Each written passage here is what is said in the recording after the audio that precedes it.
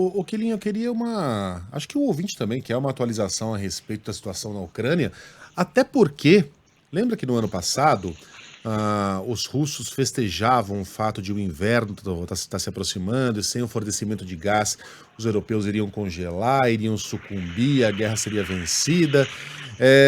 Bom, o inverno passou, nada disso aconteceu, e já tem um outro inverno chegando na semana que vem aí no hemisfério norte. Então, quais são as últimas desse conflito que acabou perdendo, né, um pouquinho espaço no noticiário depois da guerra em Israel? É verdade, viu? O Ocidente imaginava que as sanções econômicas também iriam ter um impacto forte na Rússia e, na prática, essas sanções não tiveram um impacto forte na Rússia. A Rússia imaginava que, fechando a torneira do gás, a Europa fosse congelar no inverno. A Europa conseguiu outras formas de importar gás liquefeito. Os Estados Unidos estão ganhando muita grana com isso, países do Oriente Médio também. O preço do gás subiu por aqui, a inflação também subiu, isso pesa no bolso dos europeus, mas a verdade é que os estoques estão cheios e há outras maneiras de você conseguir o gás.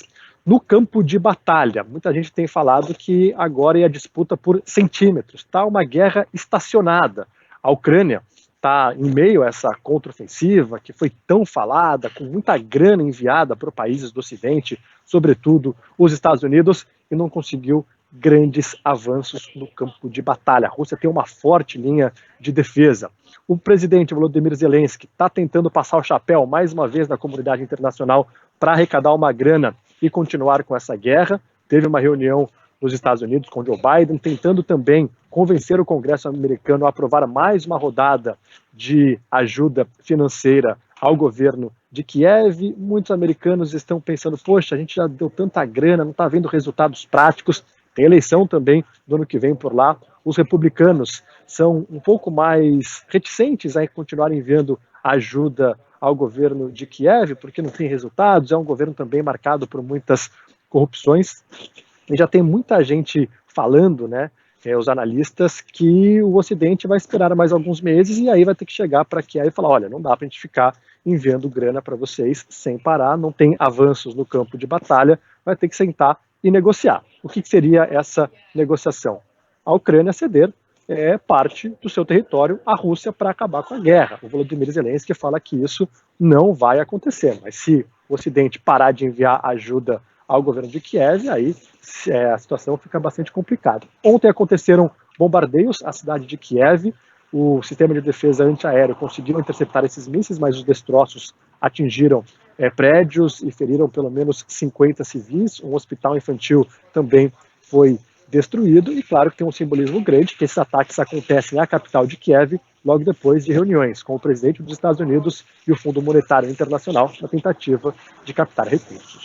Killing, a gente estava aqui comentando fora do ar sobre números que saíram ontem por parte da inteligência dos Estados Unidos, dizendo que a Rússia perdeu quase 90% das tropas que tinha antes da invasão à Ucrânia. Dos 360 mil soldados que entraram na Ucrânia, 315 de lá não levantaram mais no campo de batalha. A perda de 315 mil no campo de batalha, perdas de tanques também, tudo muito, muito expressivo. A gente estava falando sobre a resistência ucraniana, apesar da disparidade, né, que havia de exército nesse enfrentamento, né? Exato.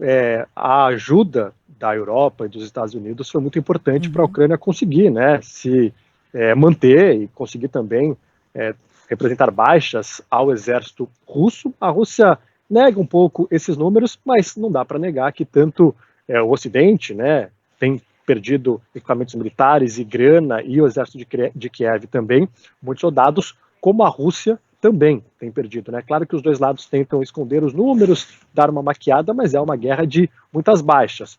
A expectativa é que agora, durante o inverno, também tenha ainda mais dificuldade para avançar por conta da neve, do campo totalmente complicado para os tanques, né, seguirem adiante, mas a imprensa também fala que a Ucrânia está já cogitando recrutar homens que têm mais de 40 anos. Também há uma baixa muito grande no exército ucraniano.